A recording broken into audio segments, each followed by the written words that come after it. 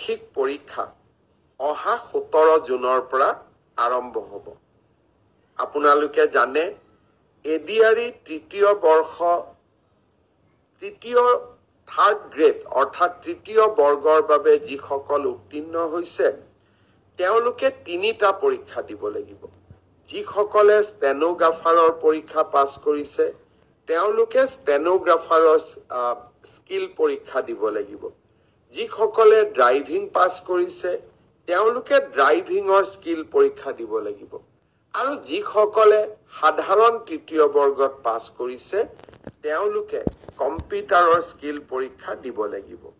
আনহাতে চতুৰ্থ বৰ্গত যিসকলে পাছ কৰিছে তেওঁলোকে অৰেল আৰু স্কিল টেষ্ট দুইটাকে একত্ৰিত কৰি এটা মৌখিক পৰীক্ষাত তেওঁলোকে বহিবৰ প্ৰয়োজনীয়তা আছে আৰু আপোনালোকে সেই পৰীক্ষাত বহিব লাগিব। মই আশা কৰোঁ আমি জুলাই মাহৰ 15 তাৰিখৰ আগতে এই মৌখিক পৰীক্ষা বা স্কিল পৰীক্ষাৰ গোটেই পৰ্যায়টো শেষ কৰিম আৰু মই আগতেই কৈ অহাৰ দৰে 10 অক্টোবৰৰ দিনাখন আমি আপোনালোকৰ হাতত যোগ্যজনৰ হাতত নিয়োগ পত্ৰ তুলি দিবলৈ প্ৰচেষ্টা কৰিম।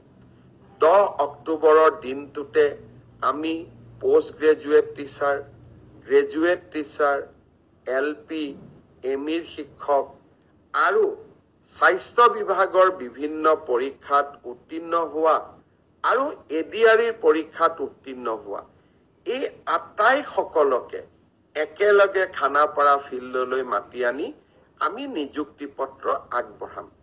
মোক কোনোবাই সুধি থাকে পুলিচৰ ৰিজাল্ট কেতিয়া দিব? সকলো ৰিজাল্ট আমি এনেকে দিম যাতে আপোনালোকৰ হাতত আমি 10 অক্টোবৰৰ দিনাখন আমাৰ নিযুক্তি পত্ৰ আমি হাতত তুলি দিব পাৰোঁ। বহুতে মোক সুধিছে যে এডিআৰইৰ নতুন এডভাৰটাইজ কেতিয়া হ'ব, পুলিচৰ নতুন এডভাৰটাইজ কেতিয়া হ'ব?